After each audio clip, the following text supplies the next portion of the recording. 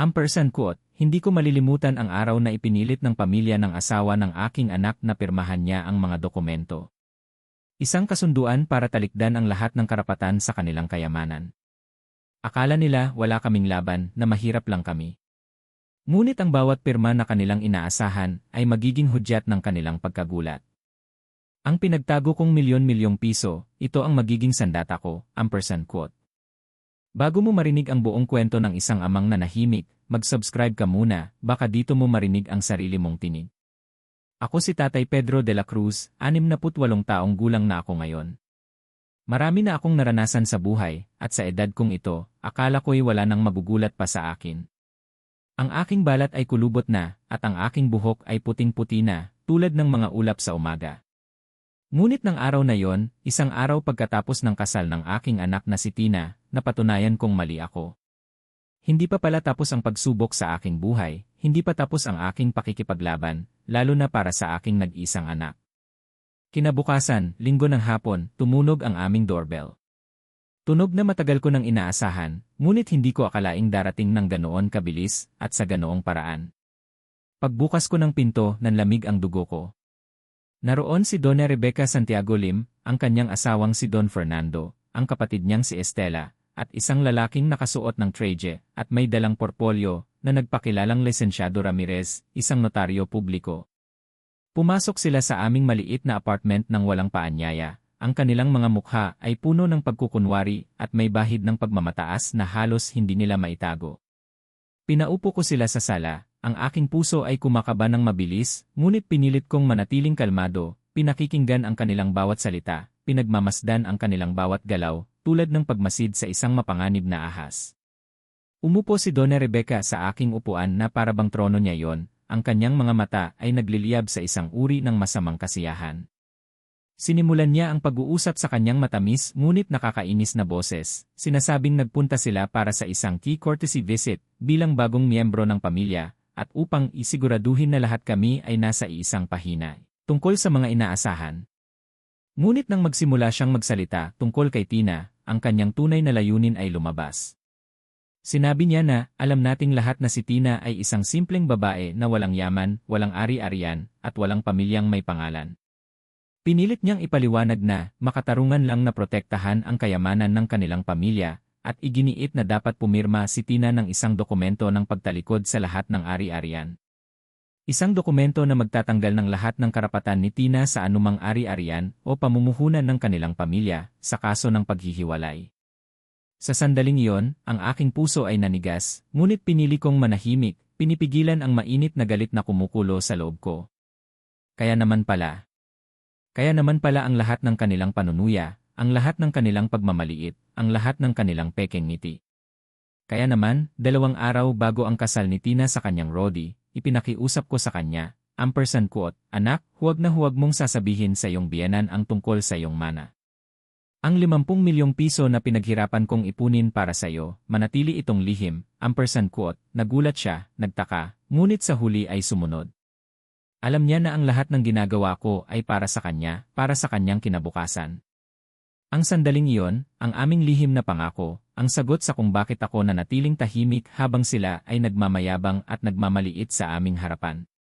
Para lubusan niyong maintindihan kung bakit ko ito ginawa, kailangan kong ibalik ang ating kwento sa simula ng lahat, sa panahong ang aking mundo ay gumuho at tanging si Tina na lamang ang aking liwanag. Ang buhay ko ay parang isang pelikulang puno ng mga trahedya at pagsubok, mga minahal na nawala sa akin, isa-isa. 22 taon na ang nakalipas nang gumuho ang aking mundo. Nagmamaneho ako ng lumang jeep sa kalsadang Baco-Baco mula Quezon City patungong Pampanga. Ang sikat ng araw ay tumatama sa aking mukha nang matanggap ko ang tawag na nagpabago sa lahat. Ang aking pinakamamahal na anak na si Pachi, nasawi sa isang aksidente sa kalsada. Pakiramdam ko'y namatay rin ako sa loob dahil si Pachi ang kaisa-isa kong anak, ang aking tanging pag-asa. 3 taon pa lamang si Tina noon, ang apo ko, na sa murang isip ay hindi pa naintindihan kung bakit hindi na uwi ang kanyang ina. Ang maliliit niyang kamay ay kumapit ng mahigpit sa akin, tinatawag akong mama, dahil hindi niya alam na ang kanyang tunay na ina ay wala na. 2 taon din bago yon, nawalan ako ng asawa, ang aking matalik na kaibigan at kasama dahil sa atake sa puso. Noon, akala ko'y wala nang masasakit pa roon. Ngunit nang mawala si Pachi, tanging ang tahimik na kirot ng kalungkutan ang bumalot sa akin, at ang tanging bumuhay sa akin ay ang ngiti ng aking munting Tina. Ang ama ni Tina, si Victor Manalo, isang walang silbing lalaki, ay iniwan na si Pachi habang siya ay nagdadalang tao pa lang. Wala siyang ni isang pisong ambag, hindi man lang nagtanong kung ano na ang nangyari sa kanyang anak. Kaya nga, kaming dalawa na lang ni Tina ang naiiwan sa mundong ito, at siya ang tanging dahilan kung bakit patuloy akong humihinga. Sa mga panahong iyon, isang simpleng sekretarya lamang ako sa isang law office sa gitna ng Quezon City. Hindi kalakihan ang kita ko, sapat lang pambayad ng renta ng aming maliit na 2 silid na apartment sa isang simpleng subdivision, at pangkain sa araw-araw. Ngunit sa aking trabaho, may natutunan akong napakahalaga. Nakita ko kung paano gumagana ang mga batas, ang mga mana, ang mga ari-arian, ang mga kontrata. Tahimik akong nakikinig, nagmamasid, at natututo mula sa mga abogado na pinagkakatiwalaan ako at nagpapaliwanag ng kanilang mga kaso. Ang bawat butil ng bigas sa aming hapag ay parang pag-asa, maliliit ngunit nagbibigay buhay. Habang nagtatrabaho, pinalaki ko si Tina sa kakaunting meron kami. Araw-araw, inihahanda ko ang kanyang lonchera para sa eskwela. Naglalakad kami ng magkasama papunta sa bus stop dahil wala kaming kotse. Sa gabi, nagtatype ako ng mga dokumento para sa ibang tao para kumita ng dagdag na pera. Tuwing Sabado at Linggo, naglilinis ako ng mga bahay. Si Tina, lagi siyang kasama ko, nakaupo sa sahig ng malalaking kusina, gumagawa ng kanyang takdang aralin habang ako ang person apos, lay naglilinis at nagpapahid ng alikabok. Ni minsan ay hindi siya nagreklamo. Isa siyang matamis, mapagpasalamat, at masipag na bata, laging matataas ang grado. Laging pinupuri ako ng kanyang mga guro, sinasabing siya ay isang espesyal na bata, matalino, at magalang. Ang aking puso ay puno ng pagmamalaki. Ipinangako ko sa kanya na magkakaroon siya ng mas magandang buhay kaysa sa akin, na makakapag-aral siya sa kolehiyo, na hindi siya kailanman magkukulang. At tinupad ko ang pangakong iyon, kahit pa kapalit nito ay ang aking sariling kalusugan. Si Tina ang aking hininga, ang aking buhay. Nang si Tina ay 7 taong gulang, may nangyari na nagpabago sa takbo ng aking buhay. Si Don Ramon Santos, isa sa mga abogado sa opisina kung saan ako nagtatrabaho, ay pumanaw dahil sa cancer. Siya ay isang matandang lalaki, walang pamilya, walang anak. Ako ang nag-alaga sa kanyang mga huling buwan. Nagdadala ako ng lutong bahay sa opisina, sinasamahan siya sa kanyang mga appointment sa doktor, at nagtatrabaho ako ng lampas sa oras para tulungan siyang ayusin ang kanyang mga papeles. Ang kanyang pasasalamat sa akin ay higit pa sa inaakala ko. Iniwan niya sa akin bilang mana ang isang maliit na bahay sa Cavite at 2% apos, ₱250,000. Halos himatayin ako nang marinig ko ang halaga. Ito ang pinakamalaking halaga ng pera na nakita ko sa buong buhay ko. Umiyak ako ng ilang araw, ngunit hindi ako naging hangal. Hindi ko ipinagsigawan sa buong mundo.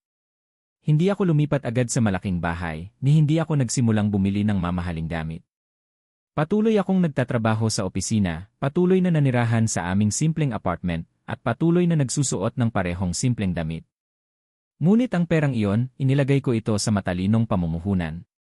Bumili ako ng isang maliit na pwesto sa palengke na ipinarenta ko sa isang botika. Mula sa kita ng renta, 2 taon pagkatapos, bumili ako ng isa pang pwesto, at pagkatapos ay isa pa. Patuloy akong namuhay na parang walang-wala, ngunit ang aking yaman ay tahimik na lumalago. Ang bawat desisyon ay bawat butil ng pag-asa na aking pinagsikapan. Walang sinuman ang nakakaalam, hindi ang aming mga kapitbahay, hindi ang aking mga katrabaho, kahit si Tina. Bata pa siya noon. Gusto ko siyang protektahan, ituro sa kanya ang halaga ng pagtatrabaho, ng pagpapakumbaba, ng pagsisikap.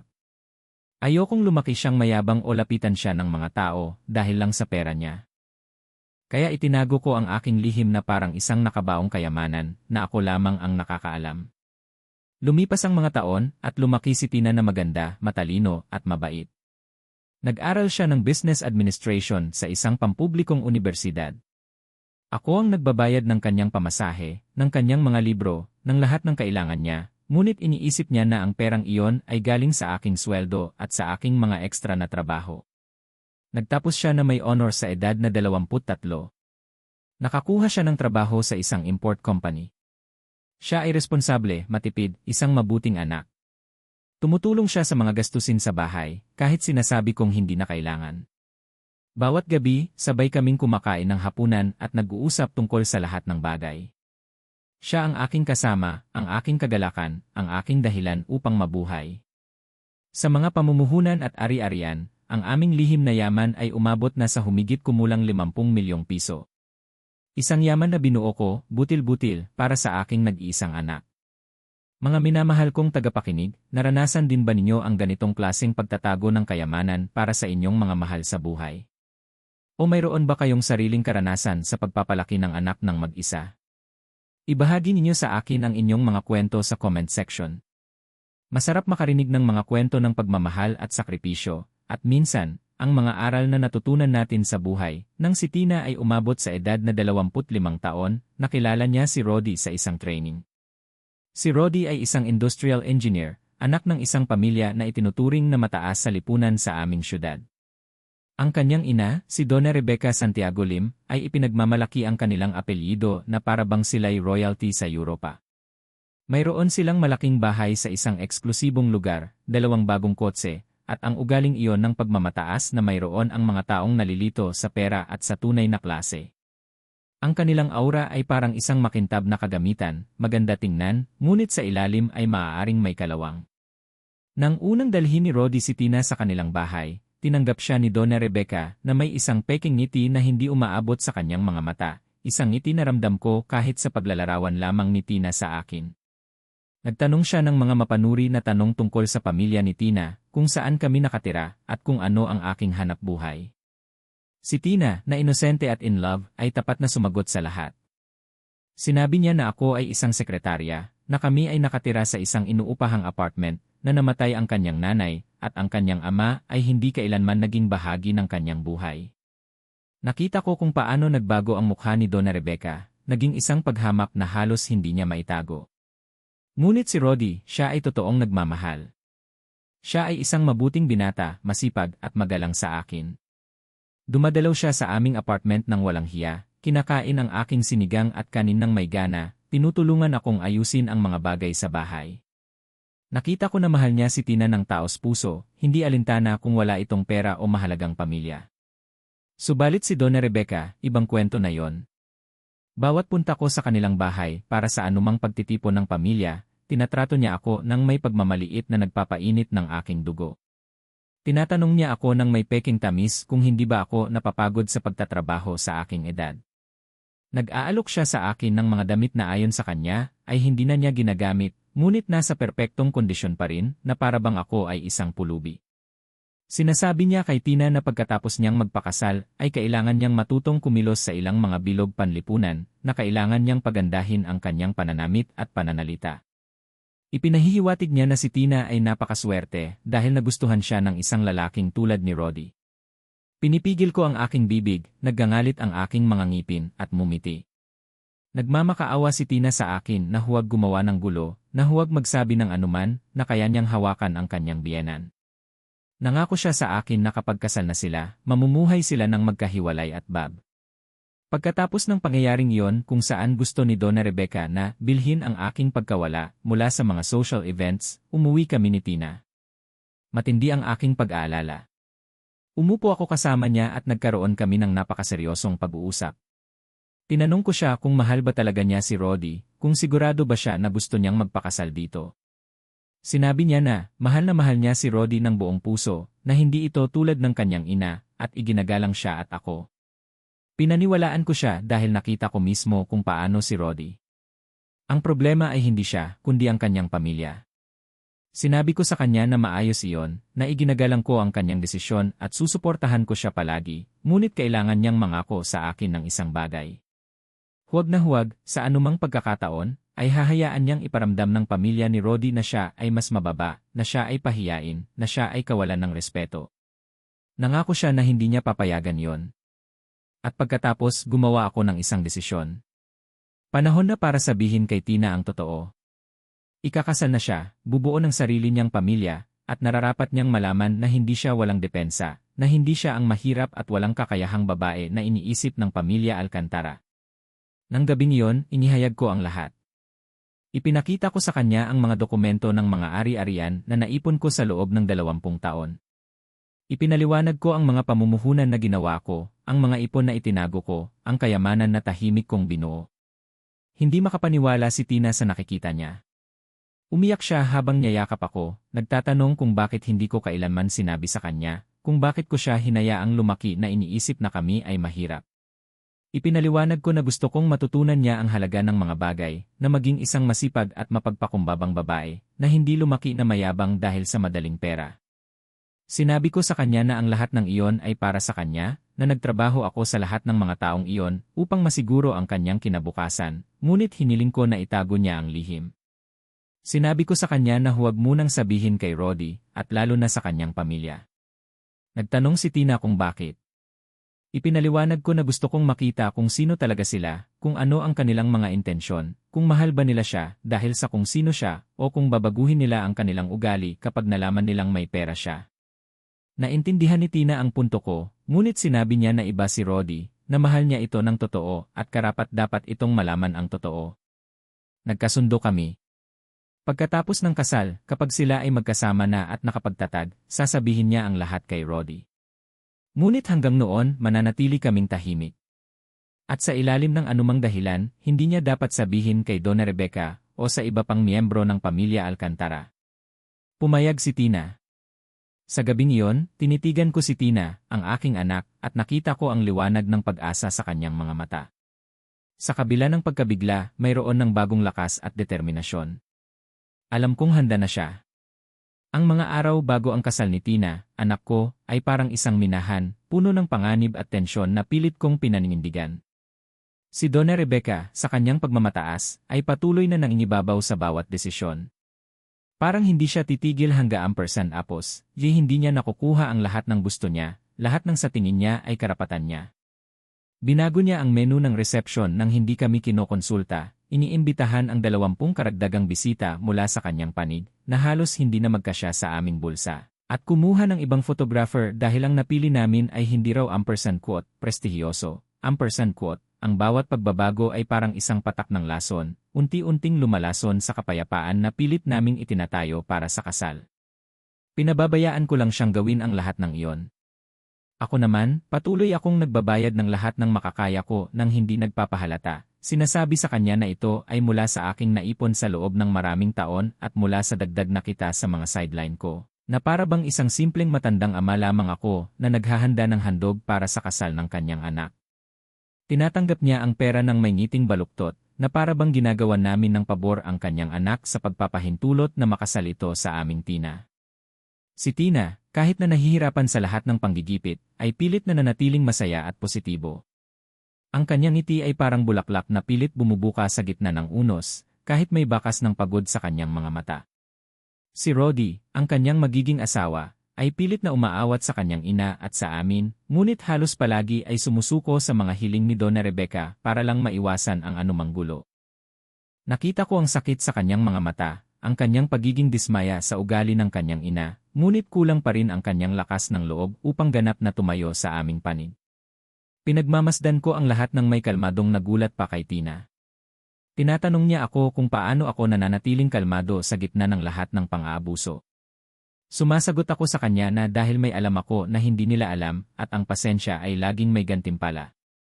Isang araw, sinabi ko sa kanya na ang mga taong tulad ni Donna Rebecca ay parang hangin, malakas at pabago-bago, ngunit ang mga taong may paninindigan ay parang puno, nakatayo ng matatag kahit anong bagyo pa ang dumating. 2 araw bago ang kasal, nasa bahay kami ni Tina, sinusuri ang mga huling detalye. Sinusukat niya ang kanyang damit pangkasal sa huling pagkakataon. Tinitignan ko siya at ang aking puso ay puno ng tuwa at pagmamalaki. Ang anak kong iyon, na pinalaki ko simula 3 taong gulang, ay isa ng magandang babae, edukada, propesyonal, at malapit ng ikasal. Pakiramdam ko ay pinagpala ako, ngunit kasabay nito, may bigat sa aking dibdib. Ang aking kutob ay nagsasabi sa akin na may binabalak si Donna Rebecca. May kakaibang kislap sa kanyang mga mata sa mga huling araw, isang uri ng masamang kasiyahan na nagpapataas ng aking kaba. Ang pakiramdam na iyon ay parang isang malamig na simoy ng hangin na dumadaan sa likod ng aking leeg, kahit sa gitna ng tag-araw. Nang gabing iyon, habang si Tina ay nag-aayos, umupo ako kasama niya sa kanyang kwarto, at sinabi ko na kailangan kong sabihin sa kanya ang isang napakahalagang bagay. Hinawakan ko ang kanyang mga kamay at tinitigan siya ng diretsyo sa mga mata. Sinabi ko sa kanya na mahal ko siya higit sa anupaman sa mundong ito, na inialay ko ang buong buhay ko para protektahan siya, at ibigay ang lahat ng pinakamahusay. At dahil sa pagmamahal na yon, kailangan kong mangako siya ng isa pa. Sinabi ko sa kanya na huwag, sa anumang pagkakataon, ay sasabihin niya sa kanyang biyenan ang tungkol sa kanyang mana, tungkol sa mga ari-arian, tungkol sa pera, hindi ngayon, hindi rin pagkatapos ng kasal. Nagtanong si Tina kung bakit, kung sa huli ay malalaman din naman nila kapag siya at si Roddy ay bumili ng bahay o gumawa ng mahalagang pamumuhunan. Sumagot ako na kapag dumating ang sandaling iyon, kapag sila ay kasal na ng legal at namumuhay na, maaari nilang unti-unting ibunyag ang impormasyon ng maingat. Ngunit ang gawin ito bago o agad pagkatapos ng kasal ay magiging isang malaking pagkakamali. Ipinaliwanag ko na si Donna Rebecca ay hindi ang iniisip niya, na ang babaeng iyon ay hindi tinitignan si Tina bilang isang manugang, kundi bilang isang banta o isang oportunidad. Na kung malalaman niya ang tungkol sa pera, ganap na magbabago ang kanyang ugali, ngunit hindi ng tapat, kundi ng may pagkalkula. Na maaaring subukan niyang manipulahin ang sitwasyon, maglagay ng ideya sa isip ni Roddy, lumikha ng mga gulo upang makontrol ang kanilang pananalapi. Nakinig si Tina ng maigi, kahit nakita ko sa kanyang mga mata na iniisip niyang ako ay nag-i-exaggerate. Sinabi niya na si Donna Rebecca ay komplikado, ngunit hindi niya pinaniniwalaan na masama ito gaya ng akala ko. Pinilit ko siya. Sinabi ko na magtiwala siya sa akin, na ang aking mga taon sa buhay ay nagturo sa akin na basahin ang mga tao at na ang babaeng iyon ay mapanganib. Hiniling ko na pakiusap ay sundin niya ako sa bagay na ito, na pakinggan ako, kahit hindi niya ganap na naintindihan ang aking mga dahilan. Sa huli, tumango si Tina. Nangako siya na hindi siya magsasabi ng anuman, na pananatilihin niya ang lihim hanggang apos, ni sa tingin ko ay kinakailangan. Niyakap niya ako ng mahigpit, pakiramdam ko'y nakaiwas kami sa isang malaking sakuna. Hindi ko alam kung ano ang eksaktong mangyayari, ngunit ang aking kutob ay sumisigaw na naiwasan namin ang isang sakuna. Dumating ang araw ng kasal, maliwanag at napakaganda, tulad ng araw na matagal na nating pinangarap. Si Tina, ang aking anak, ay napakaganda sa kanyang puting damit, parang anghel na bumaba sa lupa. Nakasuot din ako ng aking perlas na kulay rosas na barong, na binili ko pa para sa espesyal na okasyon. Ang aking puso ay puno ng kagalakan at pagmamalaki. Ang seremonya sa simbahan ay napakabanal, at umiyak ako nang makita kong naglalakad si Tina patungo sa altar, ang kanyang mga mata ay puno ng pangarap at pag-asa. Tinitignan siya ni Roddy nang may pagmamahal na halos mahawa na ako. Sa sandaling iyon, naisip ko, baka nga nagkamali ako. Baka maging maayos ang lahat, na ang pagmamahalan ng dalawang kabataang ito ay sapat na upang malampasan ang anumang balakid na ilalagay ng kanilang mga pamilya. Pagkatapos ng seremonya, nagtungo kami sa isang event hall na pinalamusyan ng puting bulaklak at gintong ilaw. Isang gabi iyon na puno ng saya, tawanan at pag-asa. Ngunit kahit sa gitna ng selebrasyon, hindi nawala ang anino ni Donna Rebecca. Siya ay naglalakad sa gitna ng mga bisita na parang reyna ng England. Ipinapakilala si Roddy at Tina sa kanyang mga kaibigan, ngunit laging binibigyang diin ang mga nagawa ni Roddy at bahagyang binabanggit lamang ang aking anak. Kapag may nagtatanong sa akin tungkol kay Tina, bigla siyang sumisingit, sinasabing si Tina ay isang masipag na babae na marami nang nalampasan, na para bang ang aking anak ay isang proyekto ng kawanggawa na iniligtas ng kanyang anak mula sa kahirapan. Ngumiti lang ako at tumango, ngunit sa loob kumukulo ang aking dugo. Gayunpaman, nanatili akong kalmado. Natapos ang pagdiriwang malapit sa hating gabi, at nagtungo ang bagong kasal sa isang hotel, dahil kinabukasan ay aalis na sila para sa isang linggong honeymoon sa Boracay. Umuwi ako na pagod, ngunit masaya. Akala ko'y tapos na ang pinakamalala, na nakaligtas kami sa kasal ng walang malalaking insidente, ngunit nagkamali ako. Kinabukasan, isang linggo ng hapon, tumunog ang aming doorbell. Pagbukas ko ng pinto, nanlamig ang dugo ko. Naroon si Donna Rebecca, ang kanyang asawang si Don Fernando, ang kapatid niyang si Estela, at isang notaryo publiko, si Licenciado Ramirez. Pumasok sila sa aming apartment nang walang paanyaya. Tinanong ako ni Donna Rebecca, nang may peking tamis, kung maaari kaming mag-usap sandali. Pinaupo ko sila sa sala, ang aking puso ay kumakaba ng mabilis. Umupo si Donna Rebecca sa aking upuan na para bang ito ang trono ng kanyang kaharian. Ang kanyang asawa ay nakatayo sa likod niya, nakapamaywang. Ang kapatid niya ay umupo sa tabi niya na may ekspresyon ng pagmamataas na hindi ko masikmura. Binuksan ng notaryo ang kanyang portfolyo at kumuha ng ilang dokumento. Sinimulan ni Donna Rebecca ang pagsasalita, gamit ang kanyang matamis at makamandag na boses na kilala ko na ng husto. Sinabi niya na nagpunta sila upang magalang na bumisita ngayong pamilya na kami, na gusto nilang siguraduhin na lahat kami ay nasa isang pahina tungkol sa mga inaasahan at responsibilidad. Hindi ko naintindihan. Nagtanong ako kung ano ang kanyang pinagsasabi. Ngumiti si Donna Rebecca at sinabi na alam naman nating lahat na si Tina ay isang babaeng walang-wala, walang ari-arian, walang pamilyang may pangalan. Na siya ay pumasok sa kasal na walang anumang material na ambag, kaya ampersand apos, makatarungan at kinakailangan na protektahan ang ari-arian ni Rodi at ng kanilang pamilya. Sumingit si Licenciado Ramirez, ipinaliwanag na naghanda sila ng isang dokumento ng paghihiwalay ng ari-arian na kailangang pirmahan ni Tina. Sa madaling salita, nakasaad doon na kung sakaling maghiwalay sila, walang karapatan si Tina sa anumang ari-arian, pamumuhunan, o pag-aari na nakapangalan kay Rodi o sa pamilya Alcantara. Natigilan ako. Sinabi ko sa kanila na yon ay isang bagay na dapat pag-usapan ni Tina at Rodi sa pagitan nila, na wala akong kinalaman doon. Tumawa si Donna Rebecca ng may pagmamaliit. Sinabi niya na huwag daw akong maging inosente, na alam niyang may malaki akong impluwensya kay Tina, na sumusunod ang aking anak sa lahat ng sinasabi ko. Kaya nga raw sila lumapit sa akin muna. Nagsalita si Don Fernando sa unang pagkakataon ng may otoridad. Sinabi niya na ayaw nilang magkaroon ng problema, na ayaw nilang masaktan ang damdamin ni Tina, ngunit ito ay isang kinakailangang hakbang upang protektahan ang interes ng kanilang pamilya. Umaasa daw sila na ako, bilang isang matanda at makatwirang babae, ay unawain ang sitwasyon at kukumbinsihin si Tina na pirmahan ang mga dokumento ng walang gulo. Idinagdag pa ng kapatid ni Donna Rebecca na si Estela, nang may mali siya, na si Tina ay dapat magpasalamat na nakapag-asawa ng isang lalaking tulad ni Rodi, na kaya niyang gawin ang maliit na sakripisyong ito upang patunayan na hindi siya interesado sa pera ng pamilya. Kumulo ang aking dugo. Tinanong ko sila kung alam ba ni Rodi ang tungkol dito. Sinabi ni Donna Rebecca na nasa honeymoon si Rodi at ayaw niyang guluhin ito sa mga boring na legal na bagay. Na kapag bumalik ito, ayos na ang lahat. Ibig sabihin, plano nilang gipitin si Tina na pumirma ng legal na dokumento nang walang kaalam-alam si Rodi. Sinabi ko sa kanila na yon ay katawa-tawa, na hindi ako sasali sa anumang plano na linlangin ang aking anak o gipitin ito na pumirma nang wala ang kanyang asawa. Nagbago ang tono ni Donna Rebecca. Tumayo siya at tinitigan ako ng malamig. Sinabi niya na maaari ko itong gawin ng maayos o sa masamang paraan. Na kung hindi voluntaryong pipirma si Tina, may kakayahan silang pahirapan ang kanyang buhay, na maaari nilang impluwensyahan ang pagtanggal sa kanya sa trabaho, na mayroon silang koneksyon sa buong syudad, na ang isang babaeng tulad niya ay hindi madaling makahanap ng ibang trabaho.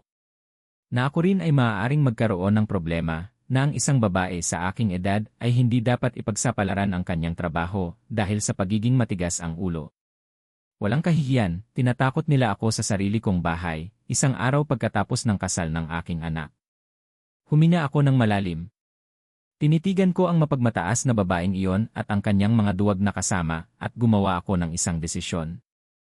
Sinabi ko sa pinakamahinahong boses na kaya ko, na naiintindihan ko ang kanilang pag-aalala, nakakausapin ko si Tina, at titingnan ko kung ano ang magagawa. Ngumiti si Donna Rebecca ng may kasiyahan.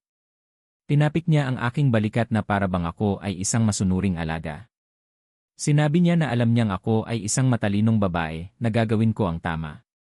Iniwan ni Licenciado Ramirez ang isang kopya ng mga dokumento at ang kanyang calling card. Sinabi niya na mayroon akong isang linggo para kumbinsihin si Tina na pumunta sa kanyang opisina upang pumirma. Ipinaalala ni Donna Rebecca na huwag kong sabihin kay Rodi ang tungkol dito, na ito ay isang bagay sa pagitan ng mga babae, sa pagitan ng mga pamilya. At umalis sila. Isinara ko ang pinto sa likod nila at nanginginig ako sa galit. Umupo ako sa aking upuan at binasa ang mga dokumentong iniwan nila. Mas malala pa sa inaakala ko. Hindi lamang ito paghihiwalay ng ari-arian, kasama rin dito ang mga sugnay kung saan tinalikdan ni Tina ang anumang mana sa hinaharap mula sa pamilya Alcantara, anumang paglahok sa mga negosyo ng pamilya. Halos wala siyang karapatan sa anumang legal. Ito ay isang dokumento na idinisenyo upang agawin ang lahat sa kanya bago pa man siya magkaroon ng anuman. Umiyak ako sa galit at kawalan ng magawa, ngunit pagkatapos ay pinunasan ko ang aking mga luha at sinabi sa sarili ko na hindi ko hahayaang gawin ito ng mga taong iyon sa aking anak. Si Tina ay nasa honeymoon, masaya, in love, nag-enjoy sa kanyang mga unang araw bilang asawa. Hindi ko hahayaang sirain ang sandaling iyon sa pamamagitan ng pagtawag sa kanya upang sabihin ang nangyari. Maaari itong maghintay ng 1 linggo. Samantala, marami akong kailangang gawin. Kung kayo ang person apos, lay nakikinig pa hanggang dito, tulungan niyo akong mag-comment ng numero 1 sa ibaba para malaman kung mayroon pa ring mga kasama ako sa paglalakbay na ito. Ang inyong presensya ay ang pinakamalaking inspirasyon para maipagpatuloy ko ang huling bahagi. 1 linggo ang lumipas, 1 linggong puno ng tahimik na paghahanda, 1 linggong hindi ko pinahintulutang kainin ako ng galit, sa halip ay ginawa kong lakas. Kinabukasan, pagkatapos ng di inaasahang pagbisita ni Donna Rebecca, nagtungo ako sa lumang law office kung saan ako nagtrabaho ng mahabang panahon. Hinanap ko si Licenciado Martinez, isa sa mga pangunahing kasosyo at isang taong lubos kong pinagkakatiwalaan. Umupo kami sa kanyang opisina at ikinuwento ko sa kanya ang buong sitwasyon, mula sa aking pagiging sekretarya, ang pagkawala ni Pachi, ang pagpapalaki ko kay Tina, hanggang sa pagtanggap ko ng mana kay Don Ramon, at ang aking tahimik na pagbubuo ng kayamanan. Ipinakita ko rin sa kanya ang mga dokumento na gustong ipapirma ng pamilya Alcantara kay Tina. Binasa ni Licenciado Martinez ang mga papeles at umiling. Sinabi niya na iyon ay isa sa mga pinakaabusadong dokumento na nakita niya, na malinaw na idinisenyo upang samantalahin ang isang taong walang kaalaman sa batas. Ngumiti si Licenciado Martinez. Sinabi niya na ang pamilya Santiago Lim ay magugulat sa kanilang buhay, na hindi nila alam kung sino ang kinakalaban nila. Ipinaliwanag niya kung gaano kahalaga ang gumawa ng legal na hakbang ngayon, bago pa man makagawa ng anumang masamang balak ang pamilya Alcantara. Pinayuhan ako ni Licenciado Martinez na ilipat ang lahat ng ari-arian sa pangalan ni Tina at tinulungan niya ako na ihanda ang mga kinakailangang legal na dokumento upang patunayan ang kayamanan ng aking anak. Ginugol namin ang buong linggong iyon sa paghahanda ng mga papeles. Inilipat ko ang lahat ng ari-arian sa pangalan ni Tina, ang 3 pwesto sa prime location ng syudad na fully paid na, ang bahay sa Cavite, at ang trust fund na halos 40 milyong piso. Sa kabuuan, ang kanyang ari-arian ay humigit kumulang 50 milyong piso. Hindi ako pinagbayad ni Licenciado Martinez ng kahit 1 sentimo. Sinabi niya na pagkatapos ng maraming taon ng tapat na pagtatrabaho ko sa opisina, iyon na ang pinakamaliit na magagawa niya para sa akin. Habang naglalakad ako pauwi, pakiramdam ko ay isang malaking tinik ang nabunot sa aking puso. Alam kong handa na kami. Alam kong hindi na kami basta-basta mapagsasamantalahan. Nang bumalik si Tina mula sa kanyang honeymoon, maliwanag ang kanyang mukha, masaya, at puno ng pag-asa, tulad ng isang bagong bukang liwayway. Inihatid siya ni Rodi sa aming apartment, sinasabing susunduin niya ulit kinabukasan, na gagamitin niya ang oras na yon upang bisitahin ang kanyang mga magulang. Pagkaalis ni Rodi, pinaupo ko si Tina. Ang aking puso ay kumakaba, alam kong ito ang sandali ng katotohanan. Dahan-dahan kong ikinuwento sa kanya ang lahat ng nangyari habang siya ay nasa honeymoon. Kung paano dumating ang pamilya ni Rodi kasama ang isang notaryo publiko at ang kanilang pagnanais na ipapirma sa kanya ang mga dokumento ng pagtalikod sa ari-arian. Nang makita niya ang mga dokumento, nagbago ang kanyang mukha mula sa pagkalito, patungo sa kawalang paniwala, at pagkatapos ay sa matinding galit.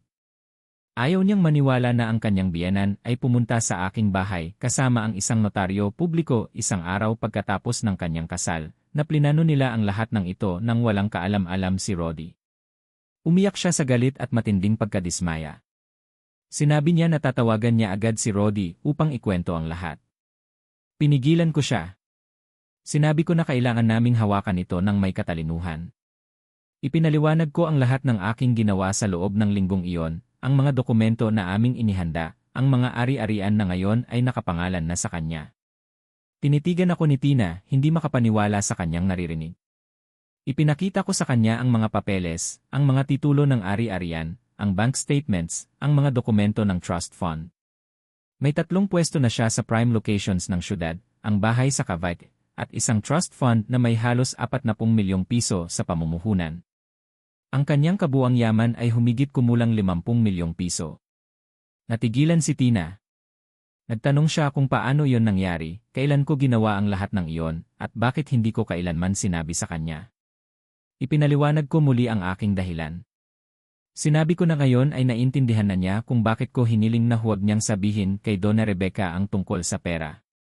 Na kung nalaman ni Donna Rebecca na mayaman si Tina, hindi sana nito ipinakita ang tunay nitong ugali, at hindi sana namin natuklasan kung sino talaga sila. Sinabi ko kay Tina na kailangan niyang gumawa ng isang napakahalagang desisyon. Maaari niyang sabihin ang lahat kay Roddy at harapin ang kanyang pamilya ng magkasama, o maaari siyang makipaglaro sa laro ni Donna Rebecca at bigyan ito ng isang leksyon na hindi nito kailanman makakalimutan. Tinanong ako ni Tina kung ano ang nasa isip ko. Sinabi ko na maaari nating ipagkun. Dumating ang kinabukasan, ang araw ng paghaharap. Naghanda kami ni Tina. Simple lamang ang aming suot, mahinhin, tulad ng inaasahan ni Donna Rebecca na makita sa amin, mapagpakumbaba at walang-wala. Ngunit sa aking bayong, dala-dala ko ang lahat ng aming armas, ang mga dokumento na nagpapatunay ng aming yaman, at ang investigasyon ko tungkol sa kanilang mga lihim. Ang bawat papel ay isang espada, bawat katotohanan ay isang kalasad. Dumating kami sa opisina ni Licenciado Ramirez sa itinakdang oras. Naroon na si Donna Rebecca, kasama ang kanyang asawa, si Don Fernando, at ang kanyang mga kapatid na sina Estela at Monica. Gusto nilang takutin kami sa dami nila sa kanilang presensya. Sinalubong kami ng kanilang mga peking ngiti. Binigyan ako ni Donna Rebecca ng 2 beses na halik sa pisngi, na para bang kami ay matalik na magkaibigan.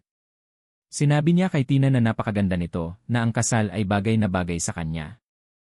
Pumasok kami sa opisina ni Licenciado Ramirez, isang malaking opisina na may madilim na kahoy na mesa. Umupo kaming lahat sa paligid ng mesa. Kami ni Tina sa isang panig at ang pamilya Alcantara sa kabilang panig. Inilabas ni Licenciado Ramirez ang mga dokumento at sinimulang ipaliwanag ang bawat sugnay gamit ang legal na wika. Nagkunwari si Tina na hindi niya masyadong naintindihan, tinitignan ako para sa aking pagsang-ayon. Tumango lang ako paminsan-minsan. Paminsan-minsan ay sumisingit si Donna Rebecca upang isalin ang sinasabi ng notaryo sa mas simpleng mga termino, laging may tono ng pagmamaliit na ginagamit niya sa amin. Sinasabi niya, ampersand quote, tingnan mo, anak, ibig sabihin lang nito, ang iyo ay iyo, at ang kay Roddy ay kay Roddy. Napakasimple lang. Walang dapat ipag-alala, ampersand quote, pinabayaan ko lang siyang magsalita, hinayaan ko siyang pakiramdam na siya ang nakatataas, ang may kontrol. Sa wakas, tinapos ni Licenciado Ramirez ang kanyang paliwanag at itinulak ang mga dokumento kay Tina, kasama ang isang pluma. Sinabi niya na kailangan ang pirma ni Tina sa 3 magkakaibang lugar. Hinawakan ni Tina ang pluma. Ngumiti si Donna Rebecca na parang pusang kumain ng ibon. Ang kanyang asawa ay may ekspresyon ng pagkabagot, na para bang ito ay isang walang kabuluhang proseso.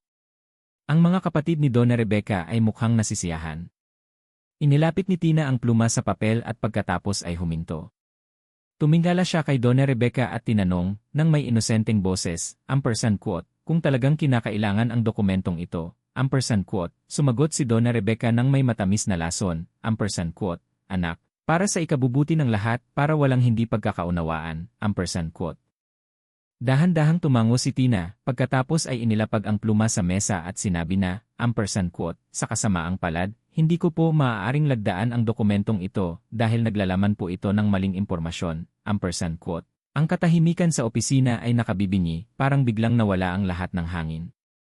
Kumurap si Donna Rebecca, naguguluhan. Nagtanong siya kung ano ang ibig sabihin ni Tina sa ampersand quote, maling impormasyon, ampersand quote, itinuro ng aking anak ang isang partikular na sugnay sa dokumento na nagsasaad na siya ay pumasok sa kasal na walang ari-arian o kayamanan.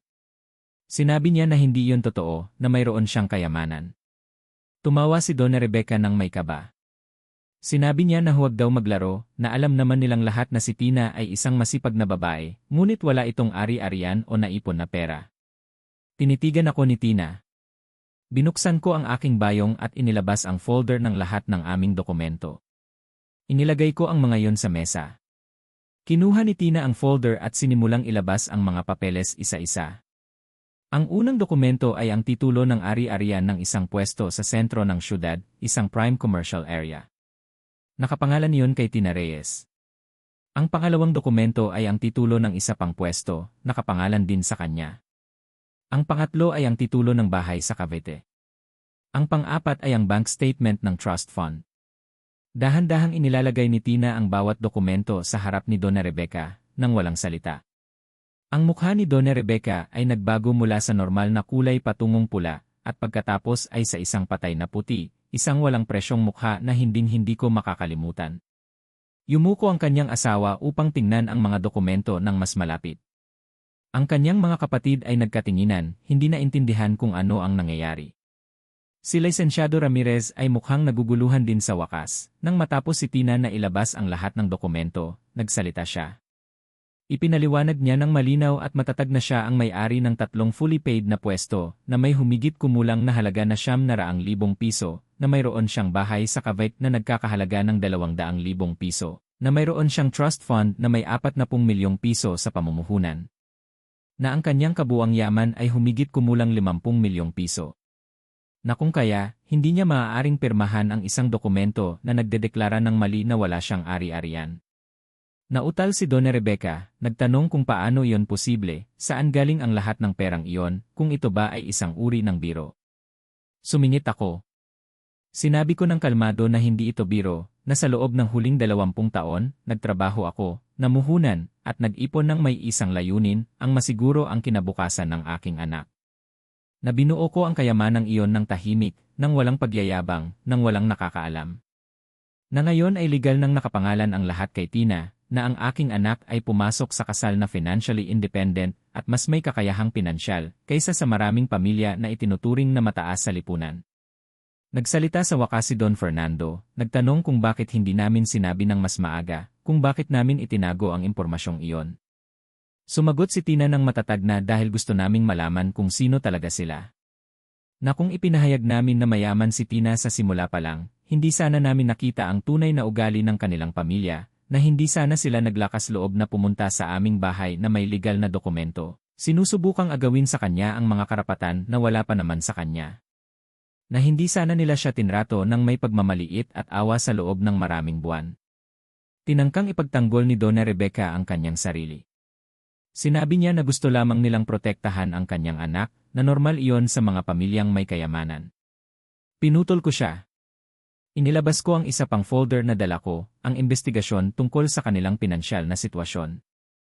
Sinabi ko na, kung tungkol sa kayamanan ang pag-uusapan, alam ko na ang kanilang bahay ay nakasanla sa 3 magkakaibang bangko, na mayroon silang utang sa credit card na higit sa 5 milyong piso, na ang negosyo ni Don Fernando ay may mga kasong nakabinbin mula sa mga hindi nabayarang supplier, na ang kanilang pamilya ay nabubuhay sa pagkukunwari at utang, hindi sa tunay na kayamanan. Na ang tanging tunay na kumikita sa pamilyang iyon ay si Rodi sa kanyang sahod bilang engineer. Kay ironikong gusto nilang pumirma si Tina ng dokumento ng paghihiwalay ng ari-arian, samantalang ang kanyang anak ang pumasok sa kasal na walang-wala, at ang aking anak ang may tunay na kayamanan. Ang mukha ni Donna Rebecca ay tuluyang gumuho. Ang kanyang mga kapatid ay yumuko sa hiya. Nagalit si Don Fernando, hinampas ang mesa at sumigaw kung paano ako naglakas loob na imbestigahan sila, na yon ay paglabag sa kanilang privacy. Sumagot ako ng kalmado, na sila ang nagsimula ng larong ito nang pumunta sila sa aking bahay na may mga banta at legal na dokumento, na sinigurado ko lamang na alam namin kung sino ang aming kinakaharap. Tumayo si Tina. Sinabi niya kay Donna Rebecca na mahal niya si Rodi ng buong puso, kaya siya nagpakasal dito, na hindi kailanman mahalaga sa kanya kung walang pera ang pamilya nito, dahil ang pera ay hindi ang mahalaga sa isang kasal.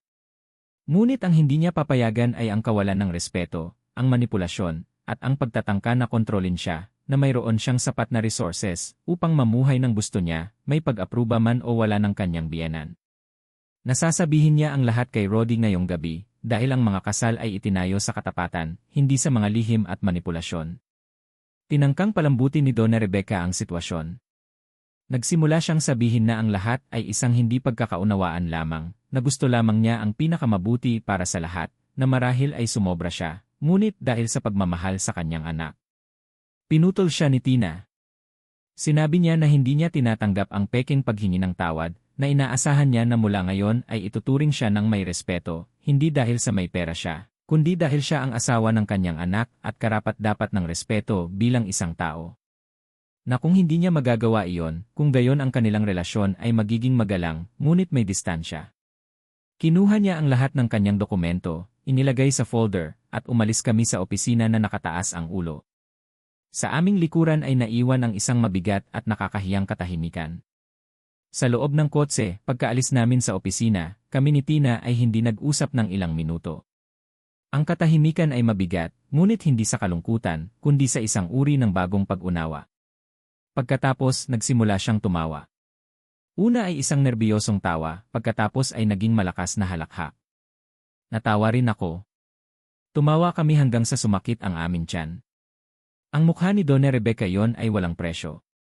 Lahat ng mga buwang iyon ay tinatrato niya kami na parang mas mababa, na para bang dapat kaming magpasalamat na tinanggap kami sa kanilang pamilya. At sa huli, kami pala ang may tunay na kayamanan. Ang buhay ay may kakaibang paraan ng pagtuturo. Nang gabing iyon, kinausap ni Tina si Roddy. Sinabi niya ang lahat. Ang kayamanan na aking binuo, ang paglilipat ng mga ari-arian sa kanyang pangalan, ang eksena sa opisina ng notaryo, ang lahat. Nagulantang si Roddy. Hindi siya makapaniwala na nagawa iyon ng kanyang ina. Hindi siya makapaniwala na pumunta ito sa aming bahay na may legal na dokumento nang hindi siya kinonsulta. Galit na galit siya at nahihiya. Humingi siya ng tawad kay Tina ng libu-libong beses, kahit nilinaw ni Tina na wala siyang kasalanan sa mga ginawa ng kanyang ina. Agad na hinarap ni Roddy ang kanyang mga magulang. Ayon sa kwento ni Tina pagkatapos, isang matinding away iyon. Sumigaw si Roddy ng mga bagay na hindi niya kailanman isinigaw sa kanyang ina. Sinabi niya na nahihiya siya sa kanilang pag-ugali, na tinrato nila ang kanyang asawa na parang basura, na sinubukan nilang manipulahin ang kanilang kasal. Tinangkang bigyang katwiran ni Donna Rebecca ang kanyang sarili sa pagsasabing gusto lamang niyang protektahan si Roddy. Sumagot si Roddy na hindi niya kailangan ng proteksyon, na siya ay isang adulto na kayang gumawa ng sariling desisyon, na si Tina ang kanyang asawa, at kung hindi ito kayang igalang ng kanyang ina, kung gayon ay lilimitahan niya ang kanyang relasyon sa kanyang mga magulang. Pinagalitan din ni Don Fernando ang kanyang asawa dahil sa paglagay sa kanila sa nakakahiyang sitwasyon na yon. Ang mga sumunod na linggo ay puno ng tensyon. Sinubukan ni Donna Rebecca na lapitan si Tina ng ilang beses nang may mga paghingi ng tawad na mas parang pagbibigay katwiran. Ngunit nanatili si Tina sa kanyang distansya. Nilinaw niya na magpapatuloy ang relasyon ng pamilya bilang respeto kay Roddy, ngunit hindi na siya muling magtitiwala kay Donna Rebecca. Buong suporta ang ibinigay ni Roddy sa kanyang asawa. Sa katunayan, ang pagbunyag ng kayamanan ni Tina ay hindi nagbago sa kanyang pag-ugali sa kanya. Nanatili siyang parehong mapagmahal at magalang na lalaki na umibig sa isang babaeng akala niya ay walang-wala. Kinumpirma nito na tama kami tungkol sa kanya. Ang problema ay hindi kailanman si Roddy, kundi ang kanyang pamilya. Sa paglipas ng panahon, ang mga bagay ay umayon sa isang bagong normal. Bumili si Tina at Roddy ng isang magandang bahay sa isang eksklusibong lugar sa syudad. Binayaran nila yon ng cash nang walang kailangan ng mga utang. Nang makita ni Donna Rebecca ang bahay, halos himatayin siya. Mas malaki at mas marangya yon kaysa sa kanya. Pinalamu siya ni Tina ang bahay ng may napakagandang panlasa. Mayroon itong magandang hardin kung saan siya nagplano na magdaos ng mga pagtitipon ng pamilya. Hiniling niya sa akin na lumipat ako sa kanila na mayroon silang sapat na espasyo, ngunit magalang kong tinanggihan ang alok. Sinabi ko sa kanila na kailangan ng mga bagong kasal ng kanilang sariling espasyo, ang kanilang sariling privacy. Bukod pa rito, komportable ako sa aking apartment. Magkakaroon pa kami ng panahon upang magkasama kapag dumating ang mga apo sa tuhod. Patuloy na nagtatrabaho si Tina sa kanyang import company. Hindi siya binago ng pera. Nanatili siyang parehong masipag at mapagpakumbabang babae na aking pinalaki. Ginamit niya ang kanyang kayamanan ng matalino, namuhunan, nag-ipon, at nagbigay ng donasyon sa mga dahilan na mahalaga sa kanya. Ipinagmamalaki ni Roddy na mayroon siyang asawa na napakakaya at independent. Sa katunayan, nang sa wakas ay bumagsak ang negosyo ng kanyang ama, dahil sa naipong utang, si Tina ang nag-alok kay Don Fernando ng isang pautang na walang interes upang makapagbayad siya ng disenteng sahod sa kanyang mga empleyado. Tinanggap ni Don Fernando ang pautang ng may pagpapakumbaba, isang bagay na hindi ko inakalang makikita. Ang gawaing iyon ni Tina ay nagpakita na siya ay mas malaki kaysa sa puot, na hindi niya ginagamit ang kanyang pera para sa paghihiganti, kundi para tumulong kahit sa mga taong sumakit sa kanya. Kinailangan ni Donna Rebecca na lunukin ang kanyang pagmamataas at tanggapin na ang kanyang manugang ay mas matagumpay, mas mapagbigay, at mas karapat-dapat kaysa sa kanya. Ang relasyon sa pagitan nila ay hindi kailanman naging mainit, ngunit naging magalang ito. Natuto si Donna Rebecca na pigilin ang kanyang dila bago gumawa ng mga mapagmaliling komento. Natuto siya na ang pera ay hindi nakakabili ng klase, at ang tunay na kayamanan ay nasa karakter ng isang tao, hindi sa kanyang bank account. 2 taon pagkatapos ng kasal, nabuntis si Tina. Nang ibigay niya sa akin ang balita, umiyak ako sa tuwa. Magiging lolo na ako sa tuhod. Ang sanggol na iyon ang magiging ika-4 na henerasyon ng aming maliit na pamilya. Sa panahon ng pagbubuntis, inalagaan ko si Tina tulad ng pag-aalaga ko sa kanya noong bata pa siya. Inihahanda ko ang masustansyang pagkain, sinasamahan siya sa kanyang mga appointment sa doktor. Magkasama naming pinalamutyan ang kwarto ng sanggol. Gusto ring makilahok ni Donna Rebecca, ngunit nagtakda si Tina ng malinaw na limitasyon. Pinahintulutan niya itong naroroon, ngunit hindi gumawa ng mga desisyon. Isang napakagandang batang babae ang isinilang na pinangalan ng Sofia Remedios. Ang pangalang Remedios ay para sa akin. Nang sabihin ni Tina sa akin na gusto niyang ipangalan sa akin ang kanyang anak, umiyak ako ng matindi, higit pa sa mga taon na nagdaan. Ang sanggol na iyon ang naging liwanag ng aking buhay. 70 taong gulang na ako ngayon. Ang aking buhok ay ganap ng puti. Ang aking mga kamay ay may mga kulubot at batik ng edad, ngunit ang aking puso ay puno. Nakikita ko si Sofia na lumalaki na napapalibutan ng pagmamahal, ng seguridad, ng mga oportunidad. Nakikita ko si Tina na nagiging isang kahanga-hangang ina na alam kong magiging siya. Nakikita ko si Rodi na nagiging isang mapagmahal na ama at isang debotong asawa at alam kong sulit ang lahat. Bawat oras na nag-overtime ako, bawat sakripisyo na ginawa ko, bawat piso na naipon ko sa halip na gastusin sa aking sarili, sulit ang lahat. Ang kayamanan na aking binuo ay hindi tungkol sa pera, ito ay tungkol sa pagbibigay sa aking anak ng mga pagpipilian, kalayaan, at seguridad. Ito ay tungkol sa pagtiyak na hindi niya kailanman kailangang magtiis ng mga panghihiya dahil sa pangangailangan sa pananalapi. Ito ay tungkol sa pagpili ng kanyang buhay batay sa pagmamahal at sa kanyang mga pangarap, hindi sa pangangailangan. Ang aral na natutunan namin mula sa lahat ng karanasang ito ay ang tunay na halaga ng isang tao ay hindi sinusukat sa bank accounts o sa mga bantog na apelyido. Sinusukat ito sa karakter, sa dignidad, sa kung paano natin tinatrato ang iba, lalo na kapag iniisip nating wala silang mayaalok sa atin. Ipinakita ni Donna Rebecca at ng kanyang pamilya ang kanilang tunay na karakter ng akala nila ay nakikipag-ugnayan sila sa mga taong walang kakayahan o kapangyarihan. Tinrato nila kami ng may pagmamaliit at paghamak dahil inakala nilang magagawa nila yon ng walang konsekwensya. Ngunit may mga paraan ang buhay upang turuan ng pagpapakumbaba ang mga mapagmataas. Ngayon, kapag may mga pagtitipon ng pamilya, magalang si Donna Rebecca, ngunit tahimik.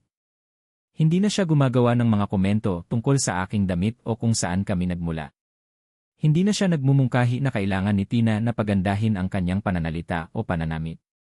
Natuto siya na ang mga panlabas na anyo ay nakakalinlang at hindi niya dapat maliitin ang mga tao batay sa nakikita lang sa ibabaw.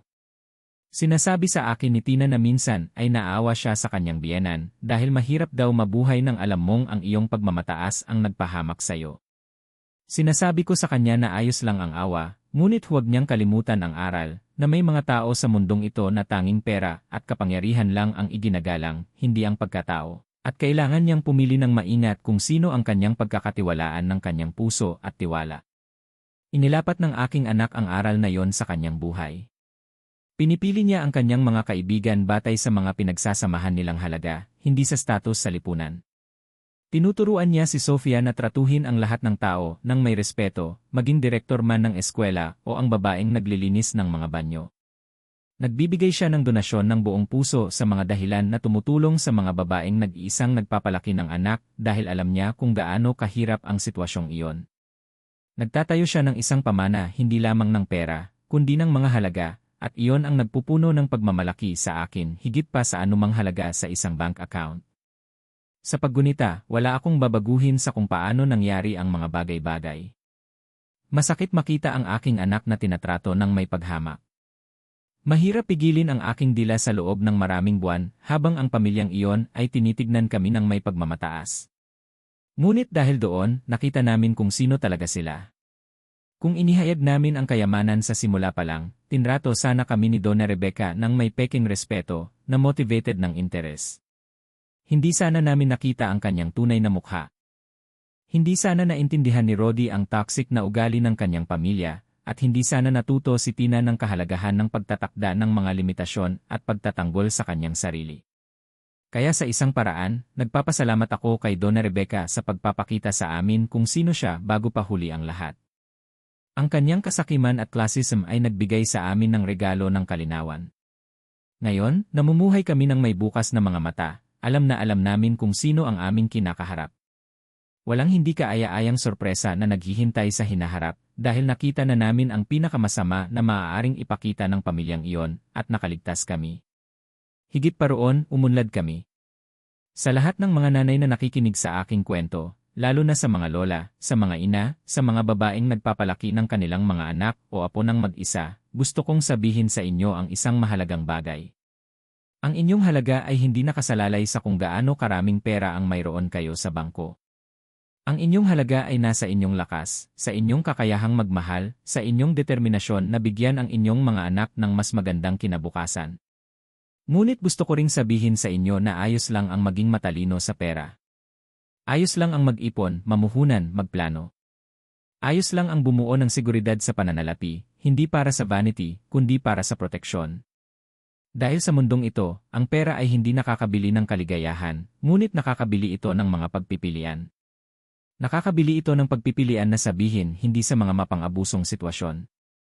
Nakakabili ito ng pagpipilian na lumayo sa mga toxic na tao. Nakakabili ito ng pagpipilian na mamuhay ng may dignidad. Hindi ninyo kailangang ipagsigawan sa buong mundo kung ano ang mayroon kayo. Sa katunayan, mas matalino ang manatiling low profile.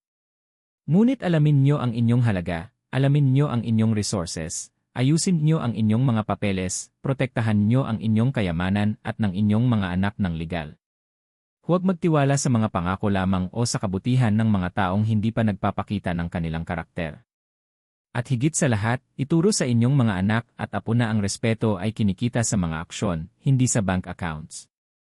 Na ang tunay na yaman ay nasa tunay na relasyon, sa pamilya na sumusuporta sa iyo, sa mga kaibigan na kasama mo, sa hirap at ginhawa. May pera na si Tina, ngayon, ngunit ang tunay na nagpapayaman sa kanya ay ang pagmamahal na kanyang ibinabahagi kay Rodi, ang magandang pamilya na kanilang itinatayo, ang mga halaga na ituturo niya kay Sofia. Ang pera ay isang kasangkapan lamang. Isang napakapakinabang na kasangkapan, ngunit isang kasangkapan lamang. Ang mahalaga ay kung paano mo ito ginagamit. Gagamitin mo ba ito para pahiyain ang iba? Tulad ng ginawa ni Donna Rebecca sa kanyang kunwari &apos na mga koneksyon sa lipunan, o gagamitin mo ba ito para bumuo, tumulong, at lumikha ng mga oportunidad tulad ng ginagawa ni Tina? Iyan ang pagkakaiba sa pagitan ng may pera at may klase. At maniwala kayo sa akin, maaari kang magkaroon ng lahat ng pera sa mundo at manatiling isang miserable at walang laman na tao, o maaari kang magkaroon ng simpleng resources at maging napakayaman sa mga bagay na tunay na mahalaga. Gumugol ako ng 20 taon sa pagbuo ng kayamanan para sa aking anak. Ngunit ang tunay na ibinigay ko sa kanya ay hindi ang mga ari-arian o ang pera sa bangko. Ang ibinigay ko sa kanya ay edukasyon, mga halaga, emosyonal na lakas, at ang katiyakan na palagi siyang may kasama. Iyan ang tunay na mahalaga. Ang pera ay icing lang sa cake, ang kasangkapan na nagpapahintulot sa kanya na mamuhay ayon sa mga halagang iyon ng may kalayaan at seguridad. Ngayon, kapag pumupunta ako sa bahay ni Tina at nakikita ko si Sofia na naglalaro sa kanyang magandang hardin, kapag nakikita ko ang aking anak na nakangiti ng walang pinansyal na alalahanin, kapag nakikita ko si Rodi na umuwi mula sa trabaho at niyayakap ang kanyang pamilya ng may tunay na pagmamahal, alam kong tama ang aking ginawa. Lahat ng aking sakripisyo, lahat ng gabing iyon na nagtatrabaho ako hanggang gabi, lahat ng mga taong iyon na nagsusuot ako ng simpleng damit habang nag-ipon ng bawat piso, lahat ay nagkaroon ng kahulugan. Tinitignan ako ni Donna Rebecca ngayon ng may paggalang at sama ng loob. Alam niya na lubos niya akong minamaliit. Alam niya na ang mapagpakumbabang matandang ama na pumupunta sa kanyang bahay ng may simpleng damit ay lumabas na mas matalino, mas mautak, at mas mayaman kaysa sa kanya. At iyon ay tiyak na masakit sa kanyang pagmamataas. Ngunit hindi ako nakakaramdam ng kasiyahan sa kanyang sakit. Nakakaramdam ako ng kasiyahan sa tagumpay ng aking anak, sa pagkakita sa kanya na namumuhay ng karapat-dapat ng nakataas ang noo, nang hindi kailangang magtiis ng panghihiya mula kaninuman. Minsan, naiisip ko, ano kaya ang nangyari kung hindi ako binigyan ng mana ni Don Ramon noon? Maibibigay ko kaya kay Tina ang parehong buhay? Malamang ay hindi sa material na aspeto, ngunit sigurado ako na maibibigay ko sa kanya ang parehong pagmamahal, mga halaga, at emosyonal na edukasyon. Pinalakas ng pera ang aking mga posibilidad, ngunit hindi nito nilikha ang aking pagmamahal sa kanya. Ang pagmamahal na iyon ay palaging naroon, mula pa nang niyakap ako ng batang iyon na 3 taong gulang, umiiyak, ng araw na nawala ang kanyang ina. Mula ng araw na iyon, ipinangako ko na hindi siya kailanman magkukulang, at tinupad ko ang pangakong iyon sa lahat ng posibleng paraan. Ngayon, ako ay isang matandang lalaki. Ang aking oras sa mundong ito ay unti-unting lumalapit, ngunit aalis ako ng payapa. Alam na inihanda ko ang aking anak para sa buhay, na nag-iwan ako ng pamana hindi lamang ng pera, kundi ng dignidad at lakas. Na ang munting si Sofia ay lalaki na nakikinig sa mga kwento ng kanyang lolo, na nagtrabaho ng husto, na naging matalino, na pinrotektahan ang kanyang pamilya ng may katalinuhan at pagmamahal. Kung maaari akong magbigay sa inyo ng huling payo, ito ay, huwag na huwag niyong hayaang may magpababa sa inyo dahil sa inyong kalagayan sa pananalapi. Ang kahirapan ay hindi kahihiyan. Ang tunay na kahihiyan ay ang kayabangan, kalupitan, ang kakulangan ng empatya. Nakilala ko ang mga taong napakahirap ngunit may ginintuang puso, at ang mga taong napakayaman ngunit may walang laman na kaluluwa.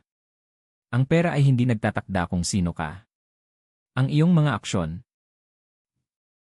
May pera si Donna Rebecca, o hindi bababa sa mga panlabas na anyo nito, at ginamit niya iyon upang subukang pahiyain kami.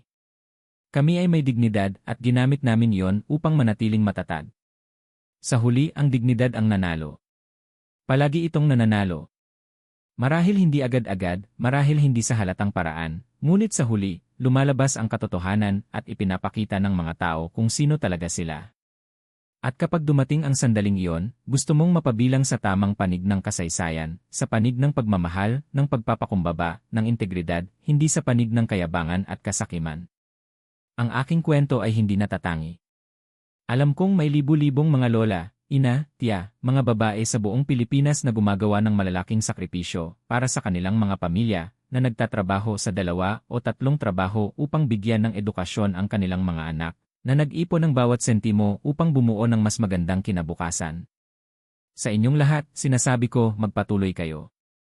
Ang inyong mga sakripisyo ay hindi walang kabuluhan. Makikita ng inyong mga anak ang inyong halimbawa at matututo na ang pagsisikap at determinasyon ay nagbubunga. At marahil, tulad ng sa aking kaso, bibigyan kayo ng buhay ng hindi inaasahang mga oportunidad na maaari ninyong samantalahin kung kayo ay matalino at mapagplano. Huwag asahan na mayroong magliligtas sa inyo. Iligtas ang inyong sarili. Buuin ang inyong sariling kayamanan kahit maliit pa sa simula. Mag-ipon kahit kaunti bawat buwan. Mamuhunan sa edukasyon, sa kaalaman, sa mga kasanayan na walang sinuman ang makakakuha sa inyo. Protektahan ng legal ang inyong binuo at turuan ang inyong mga anak na gawin din ang pareho. Nang pirmahan ni Tina ang mga dokumento ng paglilipat ng ari-arian, may sinabi sa akin si Licenciado Martinez na hinding-hindi ko makakalimutan. Sinabi niya na gumawa ako ng isang pambihirang bagay, na nagtayo ako ng isang imperyo ng tahimik habang iniisip ng lahat na ako ay isang simpleng sekretarya. Sinabi niya na iyon ay nangangailangan ng disiplina, pananaw, at isang hindi kapani-paniwalang lakas ng kalooban. Sumagot ako na hindi ito pambihira, na ito ay pagmamahal lang ng isang ama, na ang sinumang ama ay gagawin ang pareho para sa kanyang anak.